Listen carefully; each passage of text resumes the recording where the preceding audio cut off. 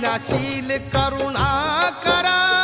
महिमा तुझा अपार युगंधरा क्रांतीवीरा वंदन तुला त्रिवार विश्व शांतीचा